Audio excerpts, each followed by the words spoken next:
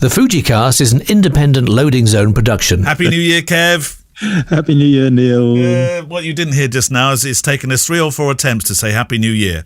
It's not easy. It's like saying drinks reception. Drinks reception. And you're sober. You are now officially the soberest man in the whole of Malmesbury. Not that I'm suggesting Malmesbury are a bunch of... Oh, they are. Yeah, they are. They are. At one point, Malmesbury, Malmesbury is not a very big place. No. At one point, it had 51 pubs. 51 pubs? Yeah. No. Yeah. What, Malmesbury? Yeah.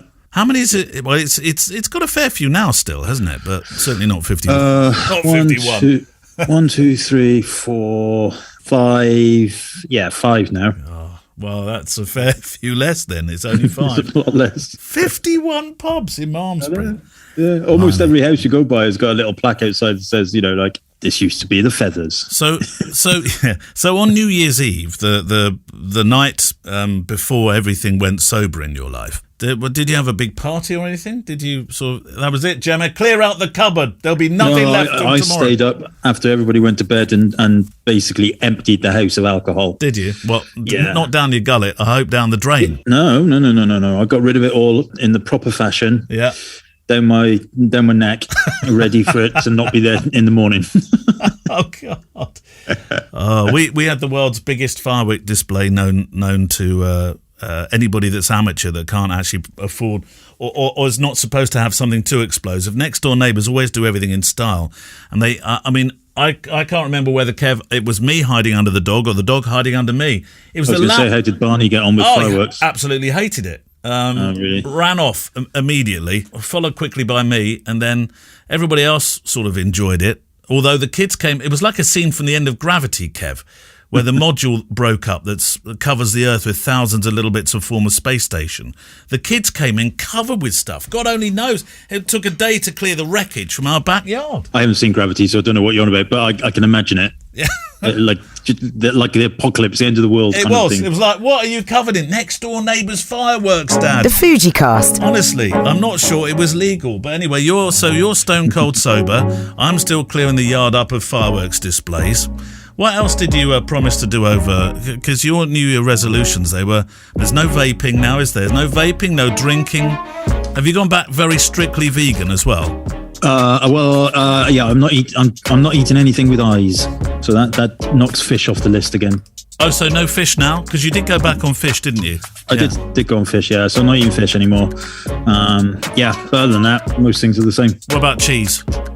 I haven't had any cheese, I have to say, but that's more because I'm just trying to lose a bit of weight, really. Trying to get a bit more healthy. I want to try and get my black belt again this year. Yeah, I know you said that. Plan. Yeah.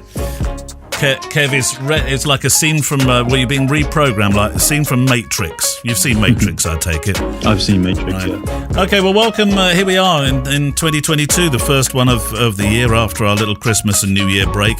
We have the second part of Caseyord. If you've been waiting for Casey's interview, the second part is coming up today. 2022, that's insane, isn't it? I know. We've been doing this since 1974, haven't we, or something now?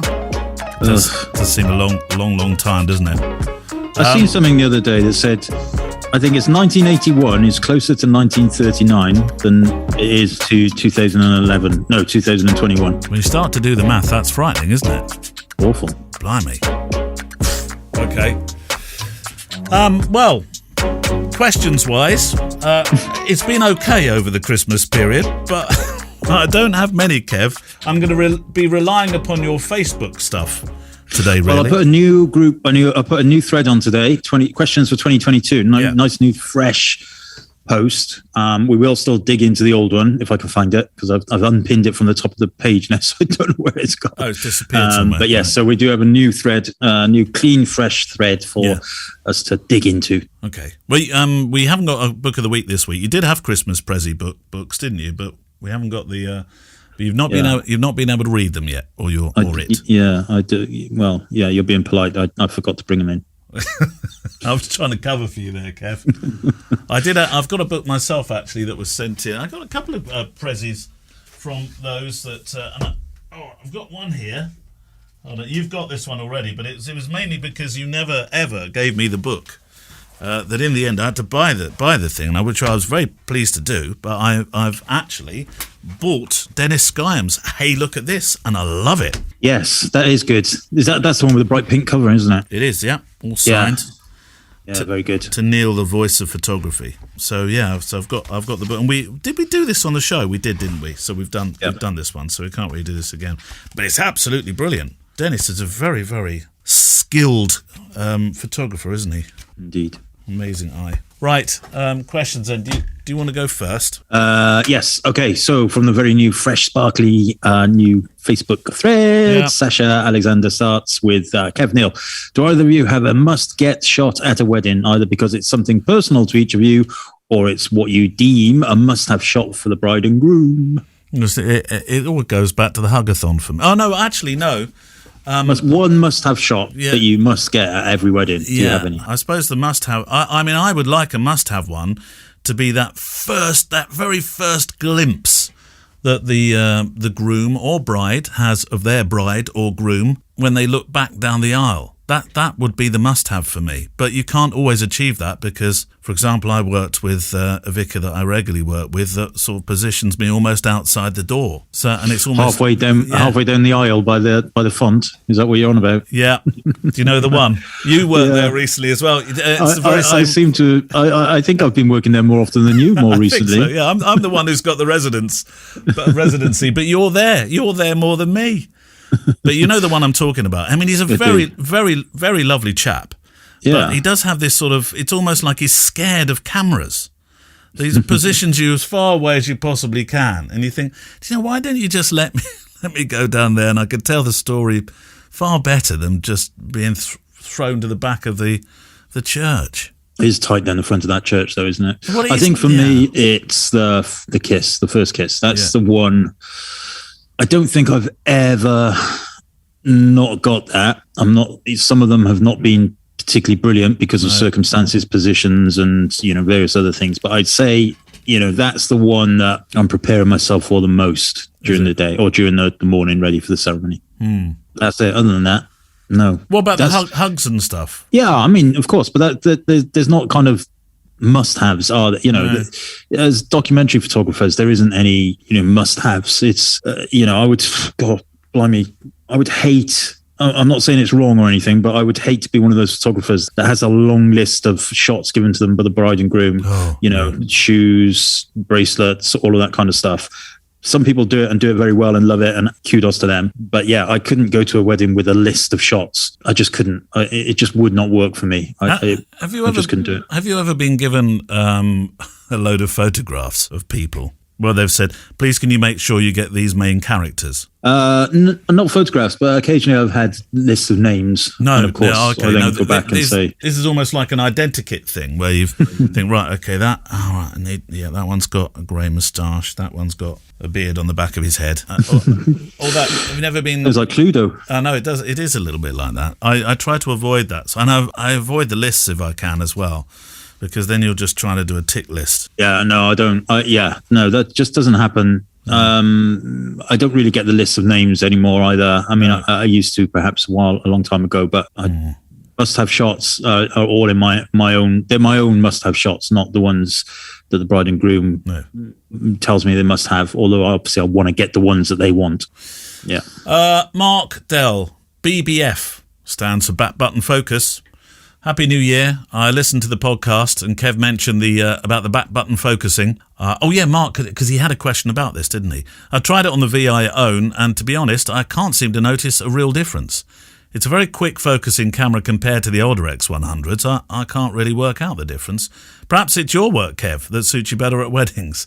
I think he's struggling. He's got his silver X100V. He's struggling with using back button focus or I suppose he's found that it doesn't work any better for him. Yeah, I mean there's a physical and mechanical difference in if you activate back button focusing on any camera, it divorces the autofocus from the shutter button. Yeah. So you focus once, and then you focus once with the back button, and then you can shoot many times with the shutter button on the top of the camera. So that is quicker because the camera is not refocusing every time. That doesn't mean to say, of course, that it's a preferred method for everybody. If you're a single shot kind of person who, you know, takes your time and just shoots one image and, you know, maybe moves on to another thing, then fine.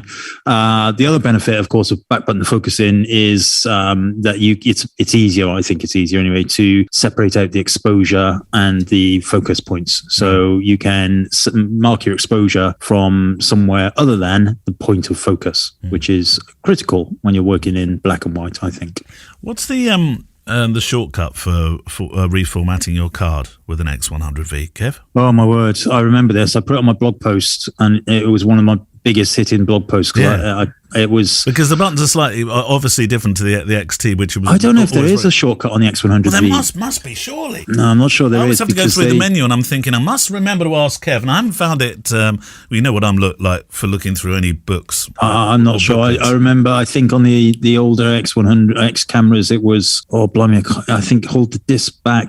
Yeah, that's right. Button, something like that. That's right.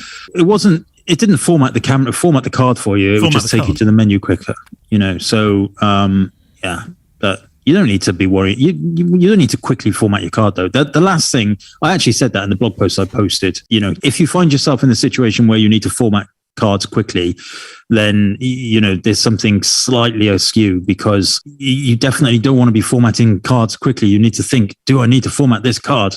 Well, I'm only thinking if you use, I suppose, no, it's not the same as using your XTs for a wedding where you want to reformat your cards or format your cards on the morning of a wedding. You think, right, I need to do about 8 cards. But you don't need to do them really quick, do you? Not really easy. And also, I format my cards on the morning of the wedding, and and what I do is I replay the images on that card so I can make sure that it's a wedding or piece of work that's already been delivered. Yeah. Which it always is, because I actually keep my cards. I don't use the cards until those weddings have been re-edited or been edited. So yeah, it's not an issue, but just as a precaution. Have you ever formatted a card by accident? I thought, oh no, I still need those. Think of. I mean, I know you can. That's not the end of the world, is it? Of course, if you do that, because they're all still on there. Yeah, if you do ever format a card and you think, "Oh crap, I shouldn't have formatted that," take it out and put it somewhere very safe. Yeah.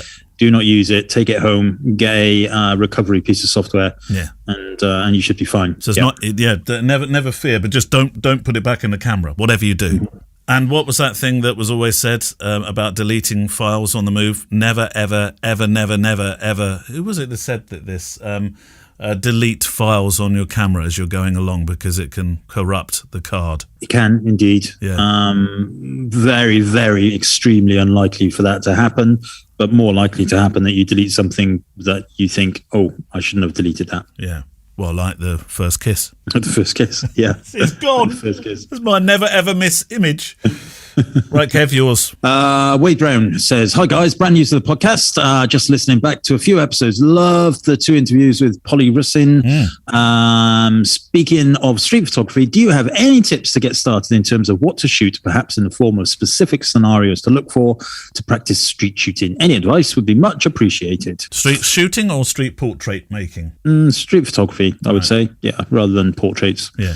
My advice to somebody who's brand new, fresh to street photography, and usually the biggest barrier for them is confidence, is the worry, the fear of going out, wondering what strangers will say to them and stuff. So what I would encourage you to do, Wade, is find a street corner, find a relatively busy street corner, plant yourself there.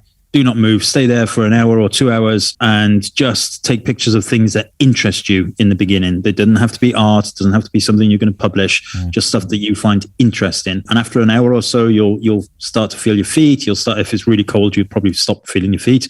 But you'll figure out what's happening in the environment. You'll start to figure out the flow of the traffic. And by that I mean the kind of direction people are generally moving. You'll see the light move. You'll understand all kinds of dynamics of one single place. The last thing you want to be doing if you're brand new to street photography, in my opinion, is to just start walking around with your camera, because you'll just think, I am not seeing anything. I can't photograph anything. Nothing's happening. We've said it. If you listen back to enough shows, Wade, you'll hear me say it a million times. It's not about being a photographer. It's about being an observer. And you can only be an observer if you stop and you look and you wait and watch. So yeah, that's my advice. There's a book called Photographer's Playbook. I'm sure it's called Photographer's Playbook. It's not here. It's up in the house at the moment. I've been reading it, which gives you some really good exercises if you're going out onto the street. It's a book full of advice, exercises, ideas, ways to get started on particular projects. I'm sure it's called the Photographer's Playbook. Well, Brian Lloyd Duckett as well has one. I think it's called 52 Street Projects or something like that. Similar thing. Yeah. So, and actually there's loads. Brian's book is very good, and that book sounds very good as well. But you can, if you're looking for themes and ideas, you don't have to look much further than Google or those books. Do you still give yourself like themes, for example? Yeah, absolutely. There's no way. You can't just walk around. You just can't do it. This is what I try and get through to my workshop students all the time is we are not just going on a photo walk today. You're here to learn to look. That's the primary thing. Clicking the camera is the easy part, but seeing stuff first is the most important thing. And you can't do that unless you have something in your mind, whether that is a very simple project like a color or, movement or light and shade, whatever it is, or it could be something far more complex like interactions or, juxtapositions or whatever. But I feel myself personally that, it's very difficult to just get the camera and walk around and hope to get anything of merit. It doesn't mean you wouldn't, but chances are going to be more difficult. Not everybody can be as skilled as Dennis Skyam at doing that, because that's exactly what he does. Does he just walk around and get those amazing pictures? I'm sure he does. He's got a radar to find these places. Street portraits wise though, if you were going out to make some street portraits, Kev, have you ever done street portraits where you've had to ask people permission? Never. Would you avoid it? No, I think some people who do it brilliantly. But no, I mean, if you think about Casey, who's second part of the interview we've got today, it's not really street portraits, but it is strangers, complete strangers that come up to her in kind of shopping malls and stuff. Yeah. And, she's made a very good career out of that. So no, it's, for me, street portraiture and street photography in terms of storytelling, documentary is different. There's two different strands to it in my mind. So personally, for me, I want it to be candid. And, that doesn't mean that maybe sometime this year, if I ever get off my sorry, lazy arse, I might not dip into that part of it. But yeah. Well, we still got to go to London, haven't we? To go and do our street. Is it still there? Yeah. Is it, London? Yeah. Yeah, I think it's still there. It's closed down. That's what I heard. No, I think on the. I don't want to tempt fate here. Touch wood as I say this, and a bit of tin as well. But the numbers were apparently going down in London for the thing that shall not be named. Yeah. It's all looking. I'm optimistic. Put it that way. Although let's not rock the boat. In our family, Grandad's got it, and I don't know how Grandad's got it because he doesn't do anything. Doesn't go out anywhere really. And it hasn't. That's not fair. For the past, during Christmas period, he's not been out. He came to see us, came to see the boys. I don't know where he's been. Can you get it from chickens? Because he just tends to his chickens. I tell you, this is a story, right? So a friend of mine, his mother, similar situation, doesn't go out. And of course, like all of us over Christmas, the message from Boris was, don't go out unless you've done one of those little white plastic tests. Yeah. And of course, couldn't get any for love nor money. You just couldn't, we didn't have any. We just... I heard you were sent. I heard you were sent a package. Actually, I know somebody who sent you a package. Anna sent us a package. Bless her. Emergency package. It turned up yesterday, and so all over Christmas we were relying on friends to dole out those little things, and they all run out, and it was like, what do you do? But anyway, back to my friend whose mother caught COVID. About 3 days later, she got a knock on the door, and not 3 days later, but a while later, a knock on the door, and it was from somebody else who said, I don't know if you know, but the postman down this street has got COVID. And literally what they think probably happened is, as the postman was delivering one of those little boxes of love from the government, he handed COVID over with a COVID test. Here you go. She's fine, by the way. She's absolutely fine. Nothing more than a runny nose.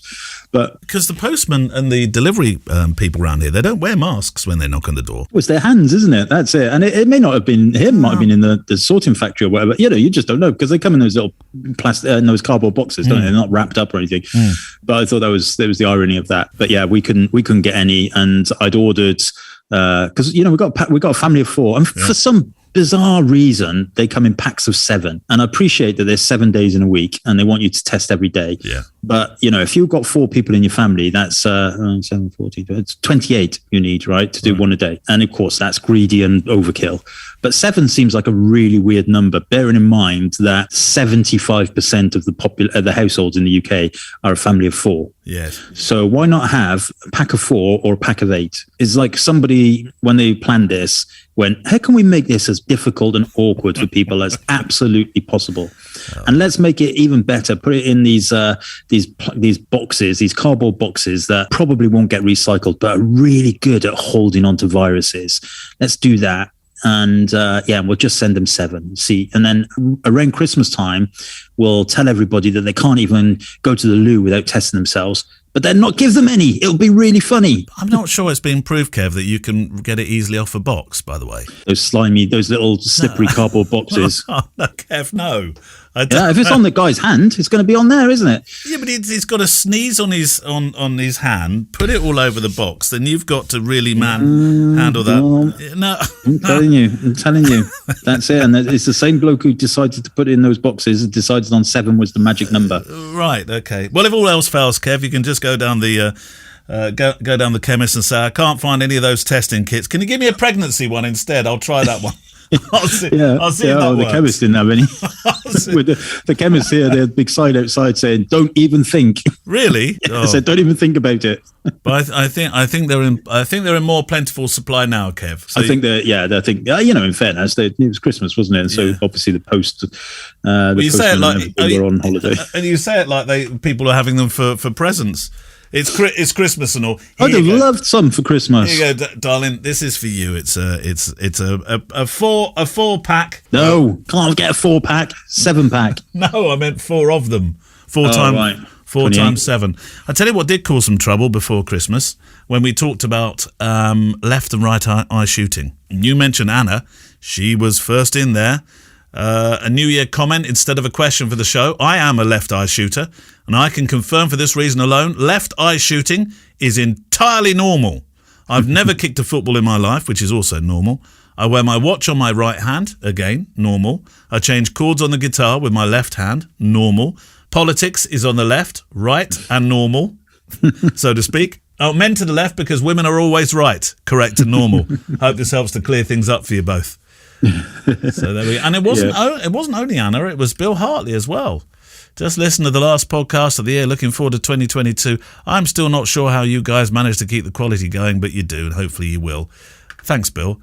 To the issue of cameras for left eyes, you say SLRs are a catch-all. Consider that, according to Google search, 90% of the people in the world are right-handed, and so the shutter button will be on the right-hand side.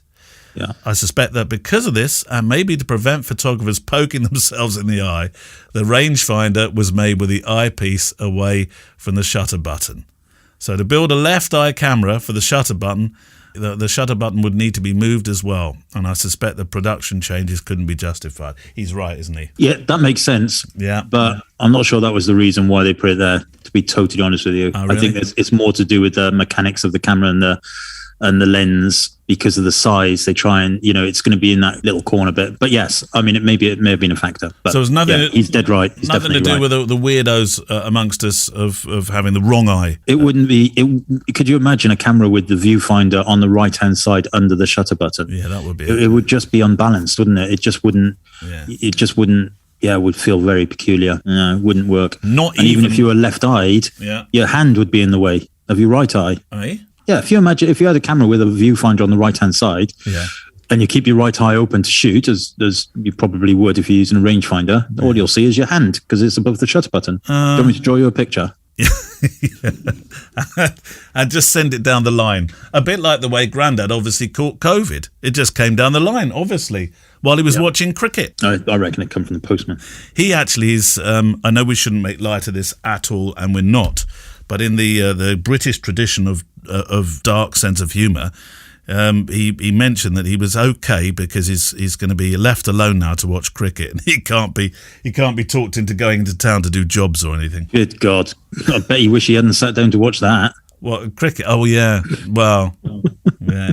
Cricket's cricket. Doesn't matter who's winning team.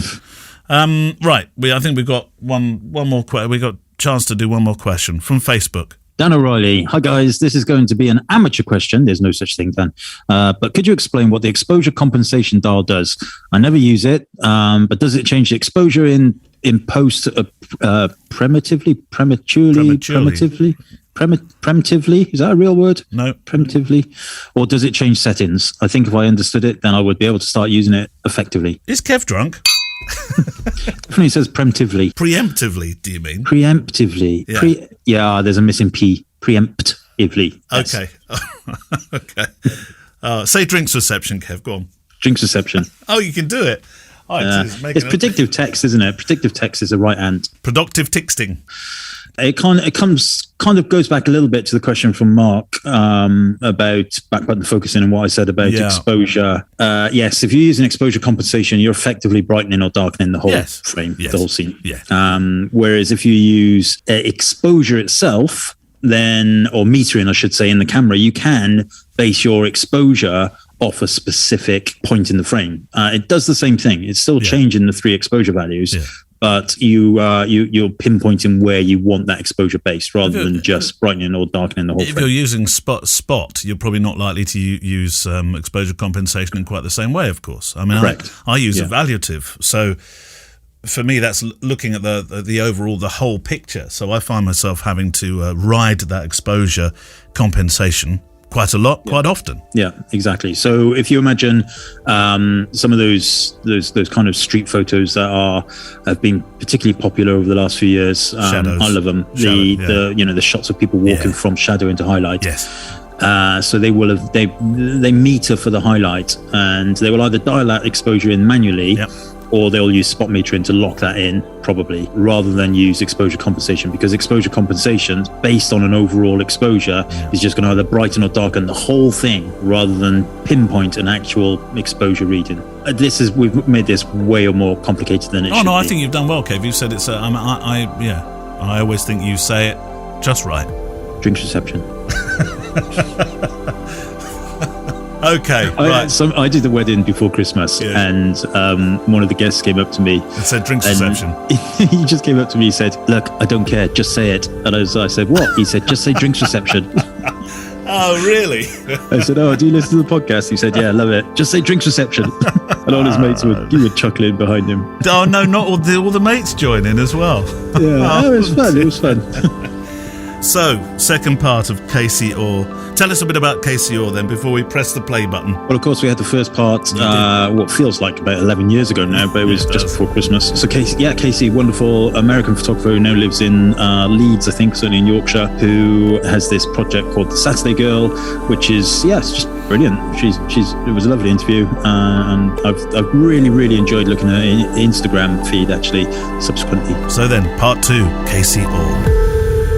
I was just reading on your website earlier, and one thing that really intrigued me was it said that you were I think the first photography artist to have space in a prison in Leeds, HM Prison Leeds. Yeah. So when I was exploring this idea of interconnectedness, I was doing projects where I was wondering about that, and I was trying to figure out what I thought about it, and just working it through thinking about photographic series. So I had this idea. I did one thing where I realized that the waters of the canal, where in Leeds, where I was living, could flow and connect through the water channels and through the North Atlantic Ocean and to my birthplace in Philadelphia. So I did this journey. This was a thing I did where I rode my bike from Leeds to Liverpool on the canal, and I got on a container ship and I went across the North Atlantic, and wow. I recorded this journey. And then when I came back to Leeds, I thought, great, okay, there's the water channel. Everything's connected, the history of the Industrial Revolution. It was all this stuff going on in my mind. And then I was living in the area I lived in, and there was the prison there. And I thought, oh, well, how's that connected? What's that? Because there's a giant wall around a community of people. And so I started exploring that and researching it and speaking to people. And as you know, like you get an idea and then you never ask until somebody might say yes. Yeah. And I kind of thought, well, what I realized is that the flow and the connection was through the families and through the children who were going in and out of the prison. And I started to think about this idea of kind of exploring ideas of shared experience of movement. And I wanted to show them on the walls of the prison. And I ended up doing this exhibition where it was on the outside walls of the prison and the inside walls of the prison at the same time, so that there was a sense that, okay, the flow is going through the walls, through ideas and through art, and that you can, it had to do, there was a series that was portraits of families, prison families. There was a series of birds that were in cages in the local area. And then a third series that was migrant women who had come from other cultures and other places and put down roots there. So it was this idea of the semantics of cages and birds and freedom and flight and migration and a shared experience of all these things kind of all mixed up through the walls. So they did let me do it. And last I heard a few years ago, the pictures were still up on the inside walls. They're not there anymore on the outside. Did you ever hear back from any of the prisoners? Any feedback from how did it affect them? I would imagine it was quite a positive. Yeah, it was. I mean, it was very complicated that this, of access and who can be photographed and who, images being allowed. There was a lot that I had to issues around, what were people in there for, and could their image be on the outside walls, and depending on victims. And then there were children involved, and it was quite, I don't know how I feel about I feel kind of ambiguous about them. The family ones, definitely, I don't, they are on my website, but I'm not sure if that's something that I would share widely again. You know what I mean? Like, pictures change, don't they? Yeah. They change, and their context changes just because culture changes. So, even with the Saturday Girl ones, it changes. So I got contacted by somebody who was in the series, who was, to me, a really important portrait. And they said, I don't identify as a woman, and I want that picture gone. Right. So this was before the book was published, and I took the picture out. I was pleading with him, like, I just felt like that was such an important story. And I felt that's when I actually thought, okay, I'm done photographing girls. My new work it's called Saturday Girl, about town, but the new work is about anybody. It is powerful. The sands can shift all the time. And I think that's quite an intriguing story, though, isn't it? In the fact that, this person has changed the way that they identify. And so this is now a problem for you, a big problem for you. But that's the world we live in now, isn't it, I guess? And so, these, like I say, the sand shift, and we have to adapt with it. So the new project that's started, or it's about to start? Yeah, the new project is started. So as I was finishing the old one, and I was talking with Blue Coat Press, and we were putting this book together, and then COVID happened. And as it happens, my book came out in October, and I'm really happy about the timing. It feels like it places it firmly in this before time, that this is something, it's like a capsule now of something that happened, because everything has changed now. So I started working with Open Eye Gallery in Liverpool, speaking to Sarah Fisher, the director there, and the curator, James Lawler. Started talking to them. We were originally talking about exhibiting this work, and then the conversations kind of moved towards what has happened to all these young people who then ended up having these years of that were so important about kind of being out and being visible and meeting people and all that stuff in their, stuck in their bedrooms at home. Yeah. Or when they're out, they're wearing masks. So it's like, what's happened to them during that time, and what are they going to do when they come back onto the street? What are they going to want to look like? And the other part of the new work is, what are the streets now? What are they for? What are the town centers for, when now that, all the big retail is gone? this collapse that was maybe the shift to online shopping that's kind of decimated the high streets. Okay, what are they for then?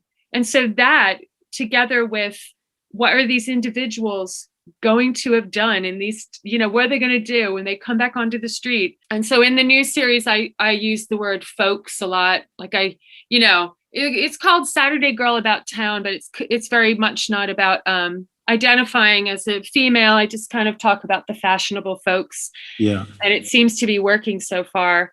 But I've started in towns as well to kind of stay out of the city, stay out of the cultural places.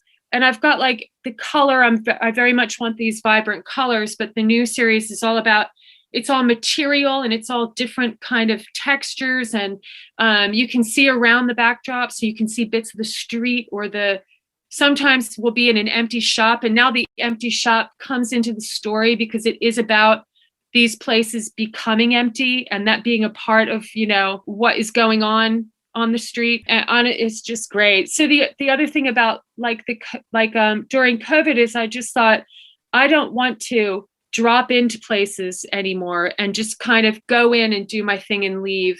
Like, I want to plug into something that's happening there. And I want this to be more collaborative, and I want it to be in conversation. So in each place, I'm working with a local college, a local art college, and the young people there they're kind of given a brief by me that aligns with the themes around Saturday Girl About Town. And so we start this conversation, and they do work around it, and they assist me, and that's how I want it to be now. So there's also the local council. So there's people who are working locally to kind of think about how these spaces are going to be used and what the high street means to these places.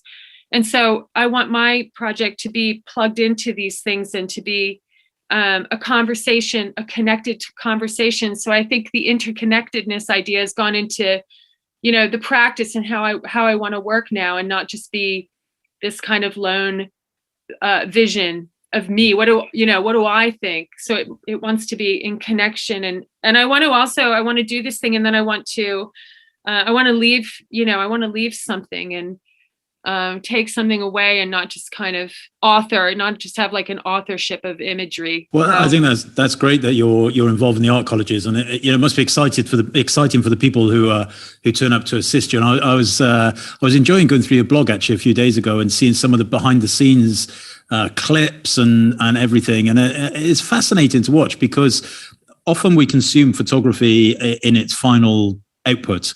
But actually seeing some of the behind the scenes and seeing the other characters that are involved in the day, I think that adds to it. I think it's great, and it's good that you share that. And I think those people coming from the colleges that are going to be helping you, that's going to be invaluable for them.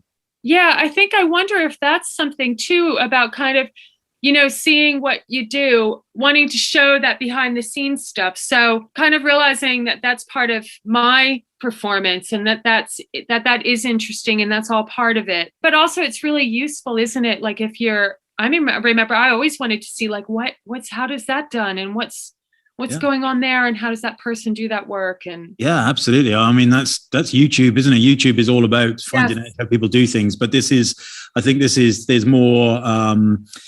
This is certainly more personal anyway, the fact that it's on your blog and it's little clips, and you see the whole story evolving. I think that's wonderful.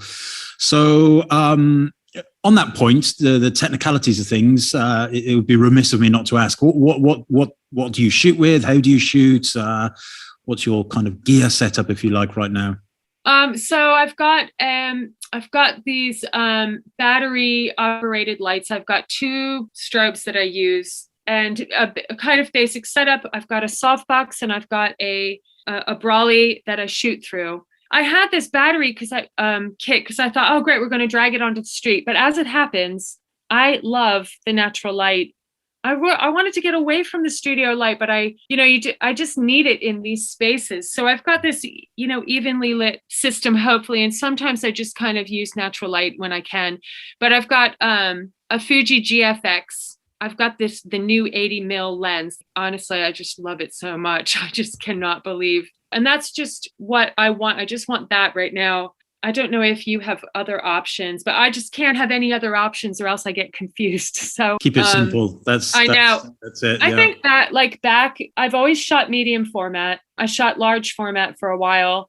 I used to love a twin lens camera, and I need my equipment to slow me down. I just skittering around, and I've always need that thing to kind of be like sandbags. It feels like slow down, If tomorrow you could go out and shoot with one other photographer, alive or dead, regardless of genre, what might it be? Who would it be? Well, Richard Avedon, the great fashion photographer, 20th century. And it's his portraits and his work in the field. And I mean, his fashion work is groundbreaking and still so exciting, but it's the portraiture. And I'm looking at doing a portrait coming up, and he has a portrait of Andy Warhol and the factory people. Mm-hmm. And it's like in a panel with a few panels together. And I was thinking, I'm taking that as inspiration. I've always used him as inspiration in the American West series, where you've got the backdrop and you can see around it. The magic of seeing around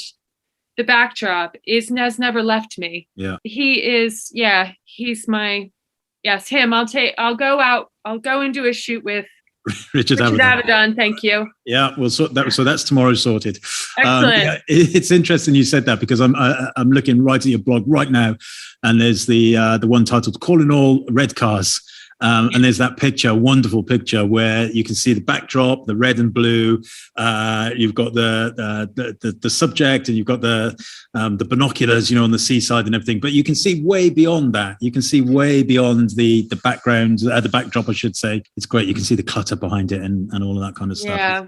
Yeah, beautiful, beautiful. Casey, thank you so much.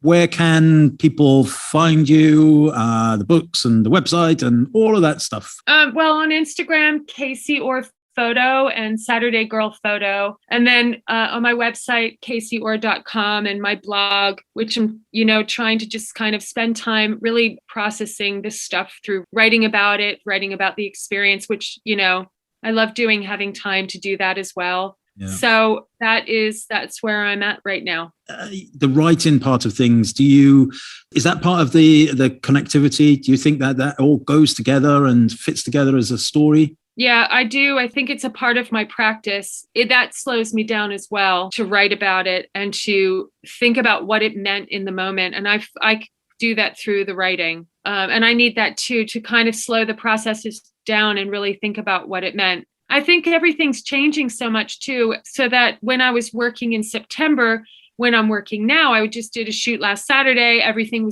felt very different than it did a few months ago. And I just think I really want to remember this, because this time is so strange and constantly moving. And yeah, it's just, I like keeping a blog. It's nice to kind of put all the background stuff in there as well. I don't know how I feel about Instagram, but I keep doing it. Like, I love reading blogs. I love reading words. And going back to what you said at the beginning about people, when they give you their contact details, everything is so transient and so quick. Even our messaging systems, you can set them so the messages delete themselves and people disappear. They're on social media, they're off social media, all of this kind of stuff. It's rare to actually find blogs these days that are engaging and informative, rather than just, here's a picture and I'm in a hurry, here's my next picture. I'm in a hurry, here's my next picture. You can go to Instagram for that, but it's lovely to see stories. I love it. I really enjoy that. Yeah, I know. It's fun. I was thinking, do people do blogs anymore? What's a blog, It was only a few years ago that was the new in thing. So yeah, maybe that's why I have to work with young people, because I can't keep up. I'm like, hey, what's going on? And they're like, hey, look, we're drawing on our faces now.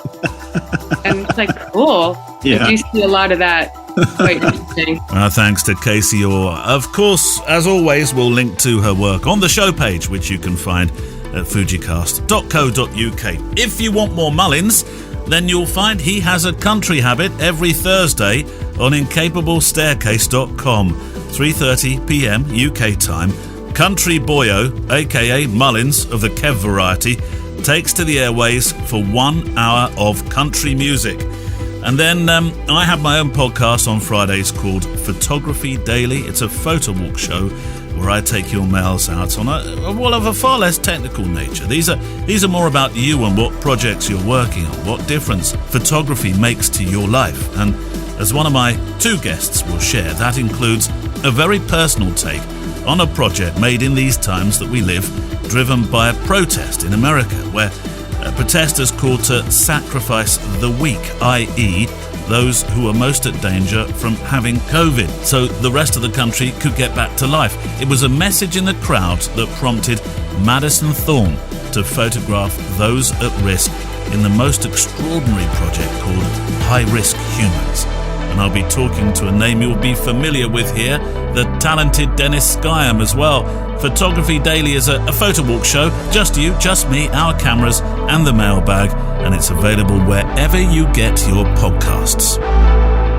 Right, back to your questions. We should have done this as a bump to the front, Kev. It's a bump to the middle on this one. Robert Burnback sent in a message. Hi Neil, hi Kev. Greetings from San Francisco.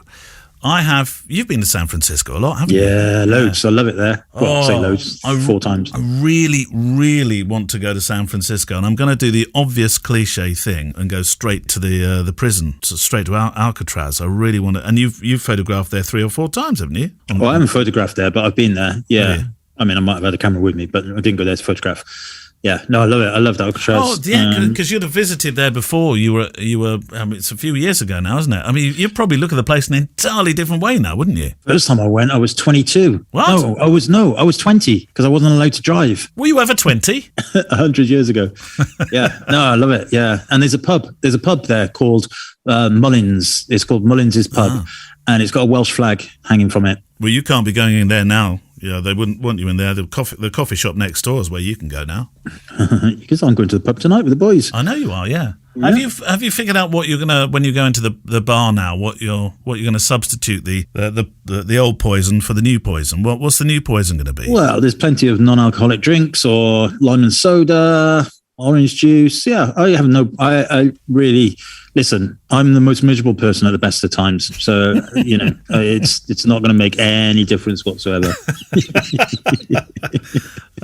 Anyway, greetings from San Francisco. I have 2 very different questions. I shoot a lot of live jazz. He's put in jazzshadows.com, so you can go and have a look at it. Which means I'm looking at it now. Do you like it? Yeah, I love jazz. Which means I am in a lot of low light situations. Looking at them here, yes, you are. When choosing lenses, I understand how to translate focal length and depth of field from full frame to smaller Fuji sensors. But my question is, does the light gathering ability change? For instance, does a 2.8 lens on full frame translate to f4 in exposure equivalence when mounted on a Fuji X body? And it kind of does, doesn't it? No, it doesn't. I thought it did. No, f2.8 light gathering is the same, whether it's on full frame or APSC. Sorry, no, I'm talking about depth of field, aren't I? Yeah. Come on, you were reading it out. You weren't even listening to yourself. That's the problem. Go to the back of the class, James. Yes, the depth of field changes, but no, not the light gathering. No. Correct. Yes. Yeah. So light gathering doesn't change. Yes. Well, that one's sorted. What about the website, Kev, which we'll link to on the famous show notes today? Oh, it's superb. I love it. You can feel the music. That's the thing. You can, yeah. Well, if you can feel and hear the music through the pictures, that's all you ever want, isn't it? Yeah. There's a link to his Instagram there as well, which is slightly different stuff. Then, I love the bubbles shots. Fantastic. Yeah. Oh, look, there's a walrus. I know. My kids, on Netflix, you can change the icons of the users. You can have different accounts. My kids changed my picture to a walrus. I wondered if you were going to say it was you. So that was the first question, first part. Second part is as much an observation really as a question. It seems up until the early 90s, the most common portrait lenses were the equivalent of 135 and 105. These days it really is the 85mm or 50 to 56 Fuji that are considered the classic portrait lenses, and the longer focal lengths are not as popular.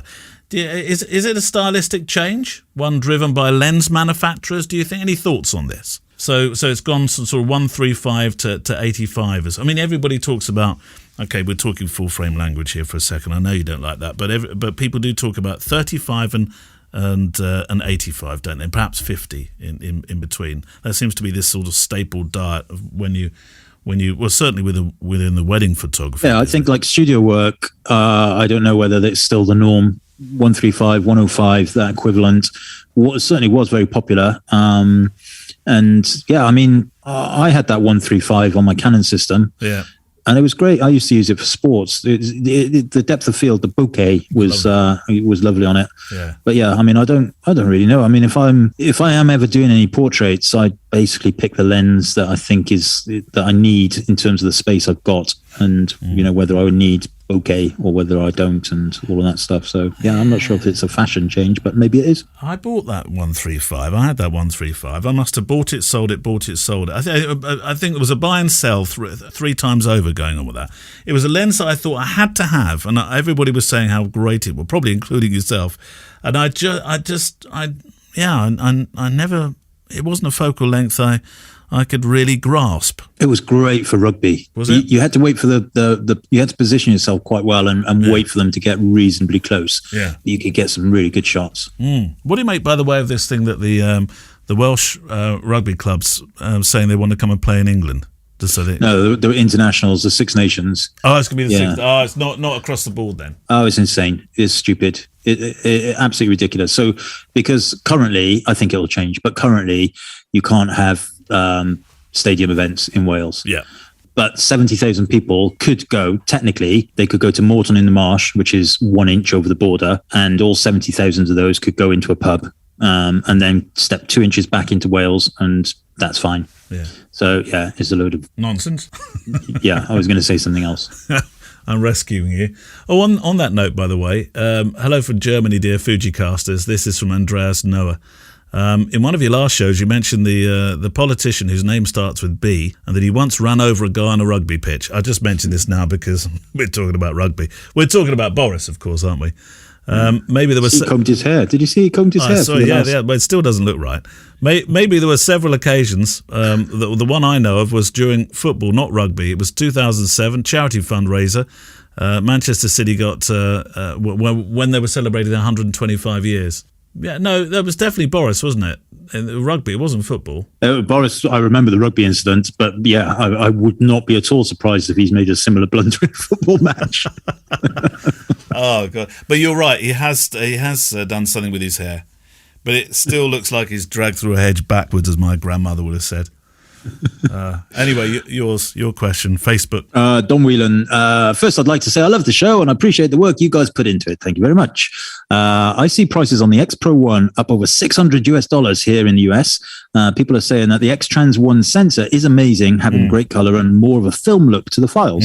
My question is, with the newer cameras such as the X Pro 3, X-T4, can you make adjustments internally with the many settings to get a similar look to the X Pro 1 X Trans 1 sensor? Is that what they're talking about? That sort of creamy finish, that sort of that's what they're talking about, isn't it? Yeah, I wouldn't use the word creamy, but there's definitely a difference. Yeah, maybe creamy is a word you could use, but yeah, I mean, the X Trans 1 sensor is different and perhaps more filmic.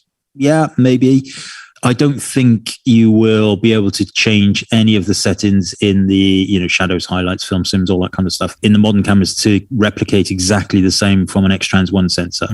I've not tried it, to be totally honest with you. And I remember once doing another blog post on my F16 website where when the X Pro 3 came out, X100F, so the fourth iteration of the X100, I put the same picture. I took a picture of it, like exactly the same thing with exactly the same exposure, standard JPEG out of the camera, and I put it on there and I asked everybody to tell me which was from which. And it was quite a long time ago now, but I remember being very surprised at the fact that most people didn't get it right. So most people weren't immediately saying that's the X100, the original X100. Right. So I'm not sure it's that much of a thing, but it is a thing for sure. But yeah, I don't think ultimately you'll be able to change the internal kind of JPEG settings to replicate it exactly. Kev, there's got to be a preset package in this, isn't there? I'm thinking presets, the X-Trans look presets. Just get an X100. No, Kev, that's the answer. I'm thinking of business for you. Business, Kev, business. Who thinks Kev should do that as a preset package? See? It would be impossible because the thing to think about with presets and with X-trans sensors and all that kind of stuff is it's totally down to the photograph. One photograph will look different dependent on how the presets are applied to it. It change the exposure very slightly and it will look different again. It's not as easy as that. There we go. Done myself out of a bit of money. I'm over in the corner of the studio, Kev. I don't know whether you can still hear me. What'd you say? I said I'm in the corner of the studio. I found something. I was doing a little bit of I was doing some book organisation over, and I can't find it. It was over there. I was doing some book. This is to do with the X100. Some book organisation over Christmas, and I found the X100, the book you wrote, the book which you writted. And you wrote something in the front for me that was really sweet, and I thought I must actually read that out on the first show of the year. And I've been so organised, I've organised it somewhere where I can't find it. Oh, I got a royalty check for that yesterday. Did you? They still roll in every now and again. Blimey, you're like the Beatles. Are you still earning $1 million a month from it? I'm going to sell my rights to MGM or somebody like that. Well, a bit. Yes, that's a casino. Yeah. Wrong people, Kev. You might as well sell them to MFI. Those that live in the UK will understand that. Outside, no. That was a labour of love, that book, I tell you. It was good, though, Kev. It was good, yeah. I enjoyed it. Why haven't you not? Actually, was very well. It's in terms of return on investment. Yeah, very good. Have you not thought about doing another one? I think the problem with the book stuff is that, and this is what the publisher said to me afterwards, is that basically because the camera manufacturers, all of them, producing updates within a year, essentially, or 18 months, the book lifespan isn't long enough for it to be profitable that way. So that's why you don't see so many of those kind of how to use your, Canon 5D Mark IV books. I'm sure there are some out there, but they won't be as popular as before, because now there's a Canon, by the time they finish writing the how to use a Canon 5D Mark IV book, there's a Canon 5D Mark VI.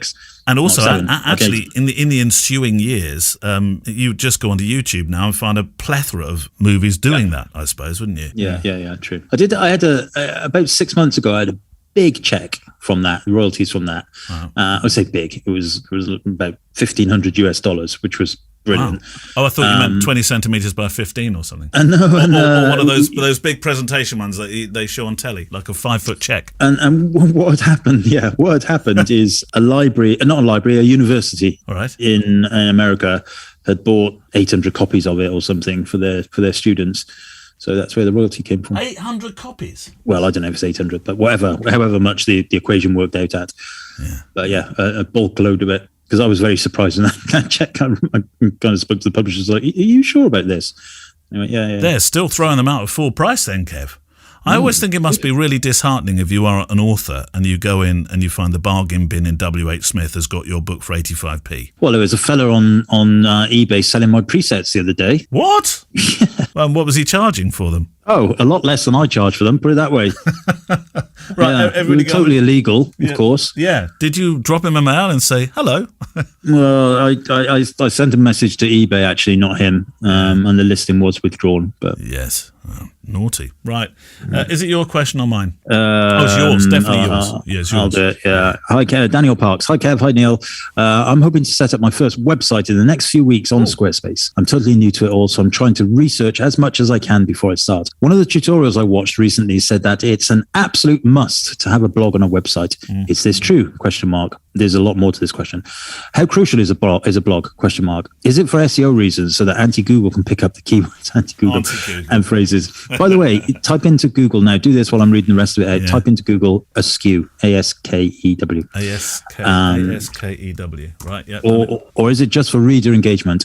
At first, I thought a blog would just be a quick summary of a wedding I'd shot, but now I'm starting to wonder if I need to treat a website blog like social media by keeping it updated with fresh content.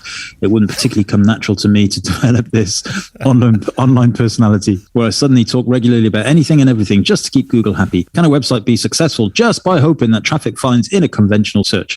I think I'm prepared in all other areas such as main banner, basic description, portfolio, bio, my fee, common questions and answers, and how to contact me, etc. Well, I think let's go down that list of questions. But before we do, Google, you do have a sense of humour.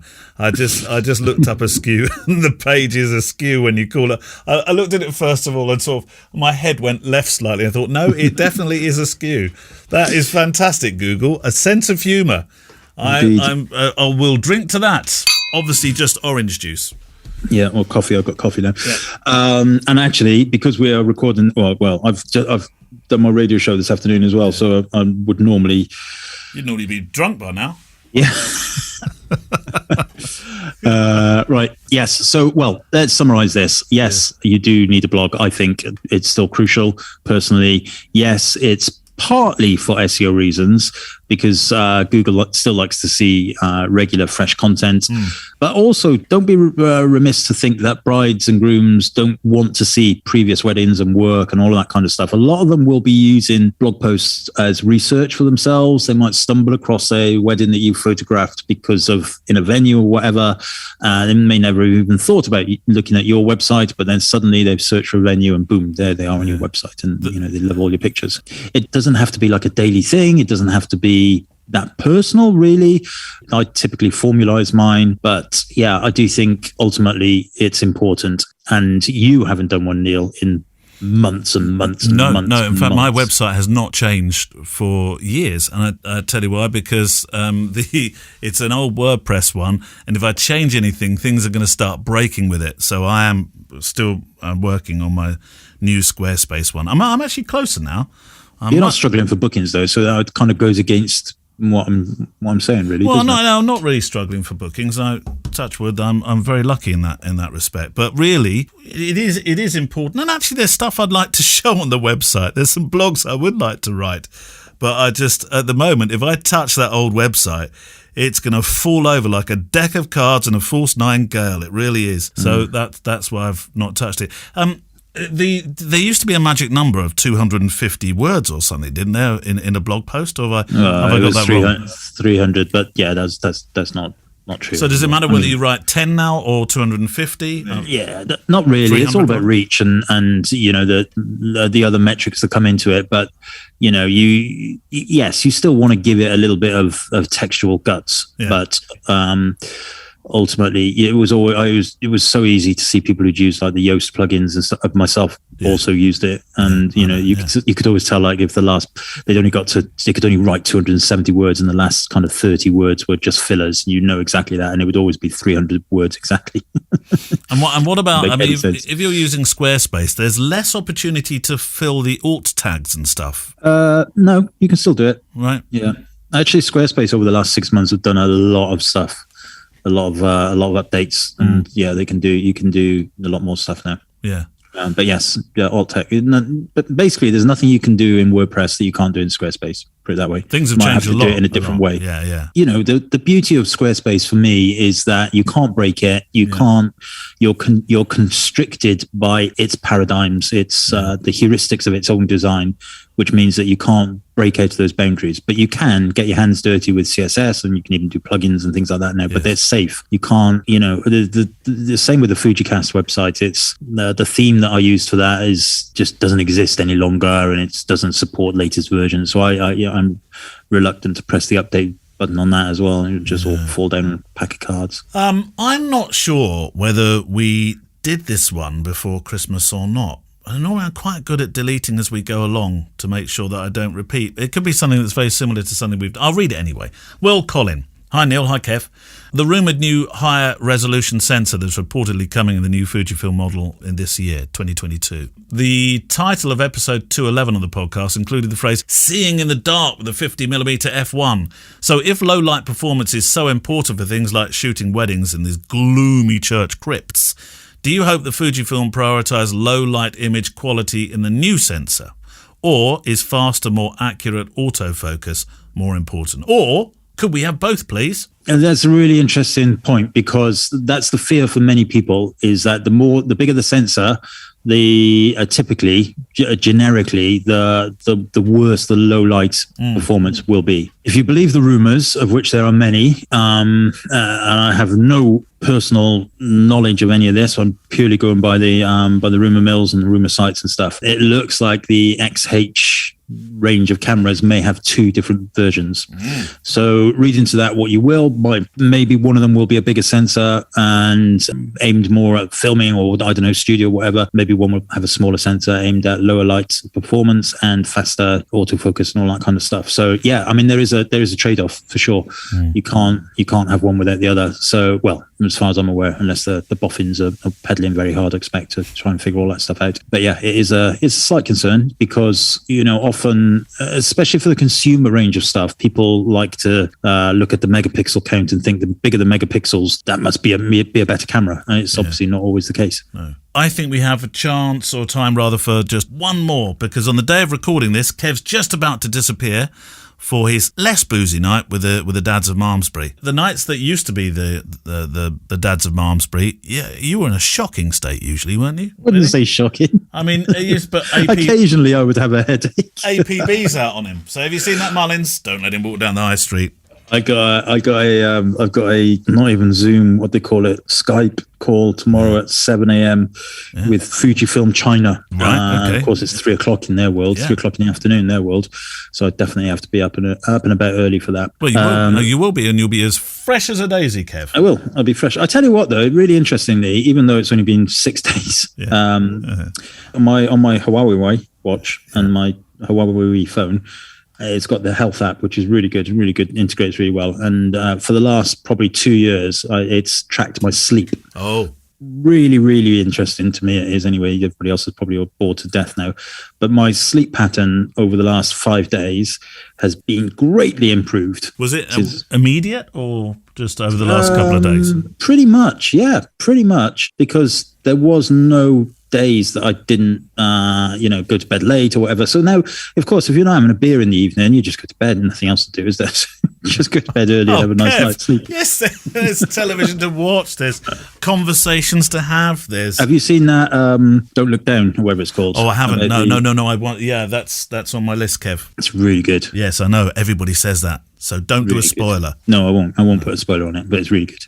Good. Yeah, you should watch that. Right, last question of the show. What was the question? Today. I don't know. You were asking it. Okay. All right. I'm digging back into the old questions for the show thread now, because the new one is, we've already expired that. Right. Mark Hall, how have you both dealt with creative ruts throughout the lockdowns? Ruts. I love that word, ruts.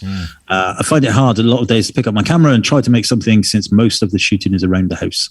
I've been out a few times with friends, masks on, of course, as he says, but I find my motivation and creativity lacking while shooting as of late. I went on a photo walk, and that was unexpected, but that was my saviour in terms of finding stuff. Saviour sounds a bit bit melodramatic. I found that was fantastic, because I only really photograph professionally. I can't say I've never been really the photographer in our family when it comes to, like you're fantastic at this, making sure you get the best pictures of your family. Sam does that in our family. I don't. I tended to pick up cameras when it was work situations, maybe some portraits outside, but to get out of that creative rut, as if it was the photo walk, that's what I went to do. Loved it. Being on my own in the countryside. Introversion. Yeah, I mean, I've had a rut for the last 2 years, really. Yeah. I'm like a blinking gazelle rutting for forever. What? It's not a gazelle, is it? It's a deer. Hang on a minute. Don't be rude. Don't be rude. No, you're quite Deer's right. Rut. Yeah. I don't think this is a question about rutting, Kev. Locking their horns, trying to find something to do. Yeah. No, I've done nothing, basically. Nothing apart from shoot work. You were used to going out with the boys to the races and stuff like that. Yeah, I mean that was one off. But aside from that, I would often kind of head around town and go into Bristol and Bath and all that kind of stuff. London, obviously. Yeah. I think partly it's because my trips to London and workshops and whatever were all cancelled. So just haven't really thought about it. And it's interesting because I was thinking about this the other day when I was lying in bed at 7:30 in the evening because there was nothing else to do. Actually what went through my mind is where is my X100V? I was wondering where it was, because it could be in any number of places. It's in my cupboard down here, obviously. It could be in your cupboard. With your 35, just next to your 35mm, Kev. And I was thinking, proper photographer probably would know where his kind of about town camera is, and I should probably do something about that. Yeah. So I went to sleep. Oh, did you? That's why your sleep patterns are so good. You're boring yourself to death. That's your problem, Kev. You need to start drinking again. Oh, well. So you haven't got that sort of personal photography mojo back yet. Not yet. Why not take a go tonight with the boys' night, because you'll be the one that can see straight. Take a camera tonight. Well, I don't know where it is. Well, no, you've got other cameras. You've got other cameras, Kev. Oh yeah, I'm not taking one of those though. What? Well, you've got every single X100 since the day it came out, for example. That's true. Take a T with you. Take a T or an S or an F. Yeah, I might do that. Maybe I'll do that. I can see how that's just been disregarded immediately. The moment I said it, you weren't convincing me at all. I'm going to be in a bad enough mood as it is, not drinking without them not saying, "Oh, don't take a picture." No. You take the moral high ground on this, Kev. So you are okay. You just damage your livers, each of you. I'm going to be over here. There will definitely be none of that going on from me. Definitely not. No, I'm doing it for my own health and my black belt. No other reason. Yeah, when you get your black belt, when do you think you might I'm going to get walloped? How many months? How many months will it take now? Oh God, it probably will never happen. To be totally honest with you. Don't be like that, Kev. Probably a bit too old now, but I'm going to give it a crack. No. I want to do it by the time I'm 50, which is next year. There must be plenty of 50, 60, 70, 80-year-old black belts, I'm sure. Yeah, but they all got their black belts when they were 24. Really? Is that the way it works? Yeah. Okay. Yeah, because when I go and fight for my black belts, I'll be basically fighting other brown belts who are... It's not done on age. They don't discriminate on age. They just stick you up against other people who want to have a crack at you. Okay. Oh, you make it sound so appealing. Well, that's it for another week. Please start sending those questions in. Here we are, New Year 2022. We live and breathe from your questions. They don't have to be too technical. In fact, sometimes, it's nice to get something that's a bit left field as well. So send them in. There's two ways. You can either send them in by email to click@fujicast.co.uk, or Kev, how do we do it on the Facebook group? Go to the Facebook group. If you're not in it, you can just search FujiCast on Facebook, or click the link on the show notes in the website. And it's the pin thread at the top, questions for the show 2022. Say drinks reception, Kev. Say drinks reception. Drinks reception. See you next week. Bye-bye. Bye. The FujiCast is an independent loading zone production. Email the show with your questions and words of wisdom to click@fujicast.co.uk. Email any complaints and political nonsense to our wives, who will deal with your comments in their own good time and in their own good way.